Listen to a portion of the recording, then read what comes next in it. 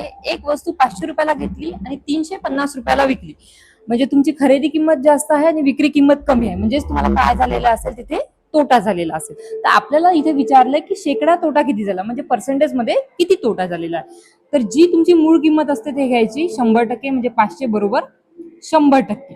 आता इथे 500 ला घेतली आणि 350 ला विकली, म्हणजे तुम्हाला किती रुपयाचा तोटा झालेला, 150.